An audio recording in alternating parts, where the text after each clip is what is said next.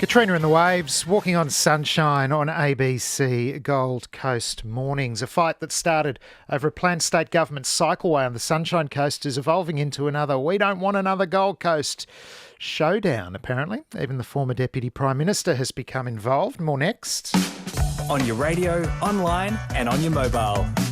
This is ABC Radio Queensland. Over 1,000 people lined the beachfront at Alexandra Headland on the Sunshine Coast again yesterday to protest the planned M2M Cycleway. They argue it will create a beach barrier separating the community from the sand. Even former Deputy Prime Minister Wayne Swan, who's a regular surfer apparently at Alex, joined in the protest. But concerns are now also being raised about the Sunshine Coast Council's planned light rail, which will go through this area, and the amount of development along this special beachfront needed to fund a proposal of this kind. Mr Swan spoke to Kathy Sundstrom about his concerns for the area and why he joined in the weekend protest. Well, I've grown up in the area. I've been a regular visitor over the years, and I spend a lot more time there these days. And I'm just stunned that this proposal could be put forward without any adequate consultation with the community and the authorities, that is, the council and the state government, seem determined to bulldoze it through, despite what is overwhelming local community opposition. Well, it started about the cycleway, which is going to effectively erect a barrier between the beach and the community, but particularly beach users. And it's broadened out, I suppose, into broader concern about what plans authorities do have for the area, and that does include light rail. But I want to make it clear that I don't think the community is concerned about a cycleway. It's just that the cycleway is in the wrong place. And there's been no adequate consultation with the community about its location, despite the fact that prior to the council election, the community was assured there would be consultation. There appears to be a group of people in charge of this project who are absolutely determined to bulldoze it through without really coming clean with the community about what they are doing. So every time Beach Matters has a rally, we get more people coming along because there is not high community awareness of these proposals. So the community, first and foremost, wants to be consulted. But in the case of the bikeway, it is simply in the wrong place and will erect a barrier between the beach and the community, and that is just nuts. What about the light rail? That's a prospect the Sunshine Coast Council has been working on for some time. A lot of the council funds from the transport levy have been directed towards looking at that light rail proposal. It's certainly not something new. So why all the anxiety now? Well, it's not new that there's a proposal for a light rail. And in theory, and probably in practice, that's quite appealing. But if they intend to actually try and put a bikeway in and light rail, then there'll be even more barriers between the community and the beach. As someone who's grown up on the Sunshine Coast and moved around Queensland all of my life, I can't see why on earth we'd be deciding to replicate the overdevelopment of the Gold Coast in this section of the Sunshine Coast, which is relatively open and free for people to move in and to move out. But given the amount of density that's called for in the South East Queensland Regional Plan, 550,000 people need to call the Sunshine Coast home in a certain number of years. Wouldn't that area on the beachfront be where it should happen? Well, the attractiveness of the beachfront there would be destroyed.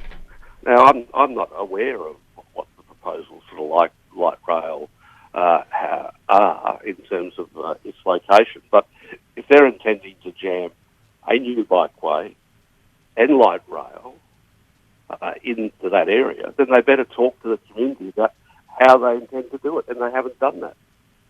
What do you see as the best fix for that area, balancing the needs of development, public transport, and the desire by so many who've grown up here to keep it the way it was?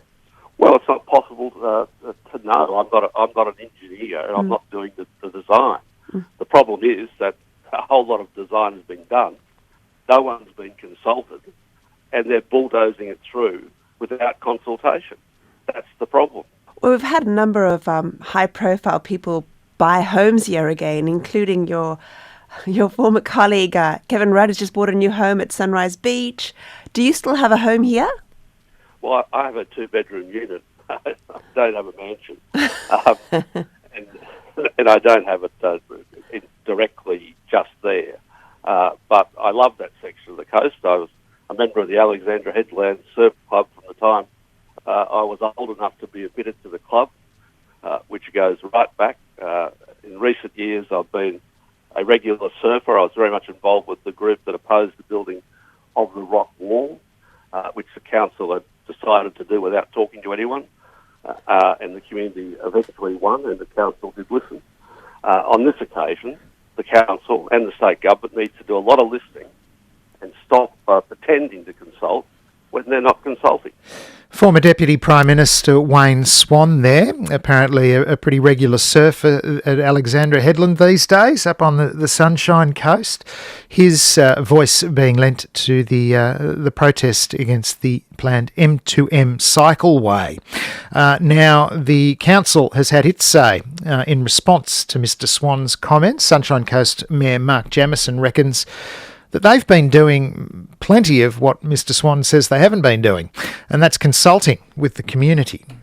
Well, I'd suggest that Mr Swan check his facts. I personally contacted the Minister when this issue flared up after the elections, indeed well after the elections, after going through at least one, if not two stages of consultation before the election. And I requested that the Minister extend the consultation period to ensure that as many people as possible had the opportunity to participate, and that the community, were well informed about what was going on.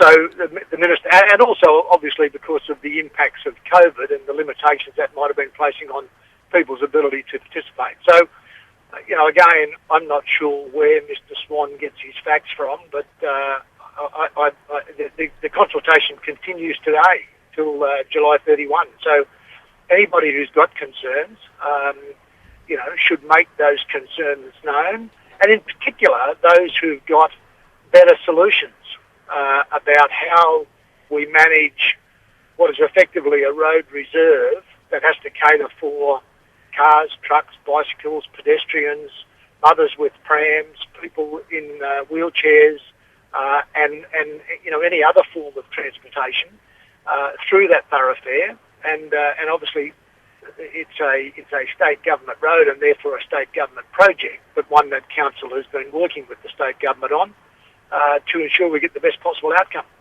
So this is not a done deal, as they're suggesting. There's still the possibility of looking at other alternatives? Well, people have been telling me it's been a done deal for the last month, and I've said, well, hold on, we've just had an extension of the consultation.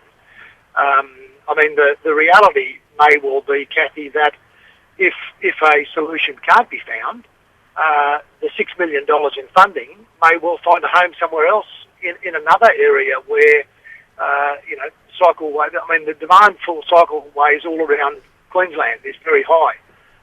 There's limited amounts of money to fund it. My position on this is a position of safety. We've already had 3 deaths along that stretch of road, a number of accidents, many near misses, and unfortunately, the level of activity in that zone, I don't think is going to decrease. So, trying to find a solution now that we can live with, that enables both drivers of cars and trucks, and trying to find a solution that meets the needs of the majority, and that may mean everybody's got to compromise a little bit on this challenge. Now, what about the light rail? Because I think over the weekend the two have come together, and the suggestion that the light rail is going to be next to that cycle path, creating this barrier between the beach, and the increase in density along those areas to fund the light rail to make it viable? Well, again, where do these claims come from? Go down there and go for a walk along Alexandra Parade observe what's opposite the surf club. I mean, there are significant buildings there already. What are you suggesting, that people are going to tear those down and build them with something else? I mean, they're just ridiculous comments. I mean, there's buildings. But that does happen. What, along that whole strip? No, not along the whole strip. Yeah. No. Well, but that's what the implication is. You're going to put 240% more people there. Where are they going to go? I mean, these are just outrageous claims. And I'm not sure whether that was from Wayne Swan or who, but, you know, the reality is, to the best of my knowledge, I can't recall anything Wayne Swan did for the Sunshine Coast when he was in the federal government. So, you know, but he wants to chime in and criticise the Sunshine Coast at every opportunity. Wayne Swan and others continue to criticise the Sunshine Coast for wanting to be like the Gold Coast. Yes. I mean, what a ridiculous comment. We're talking about people's safety. We're talking about trying to have a road reserve that caters for a variety of needs. Pedestrian needs, cycling needs, motor vehicle needs, truck needs, bus needs, and in the future an effective public transport network. Sunshine Coast Mayor Mark Jamieson there responding to criticisms about the level of consultation in relation to the discussion in and around the planned M2M Cycleway. On ABC Gold Coast Mornings, Matt Webber with you.